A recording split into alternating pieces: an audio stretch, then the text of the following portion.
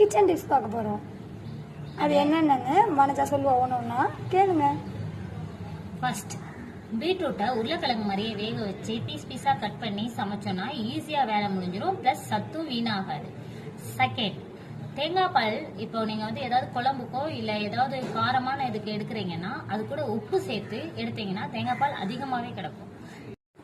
Third, நம்ம சப்பாத்திக்கோ பூரிக்கோ மாவு பிசையும் போது கடலை மாவும் சேர்த்து பிசைஞ்சு பார்த்தீங்கன்னா டேஸ்ட் கொஞ்சம் சூடவே அள்ளும்.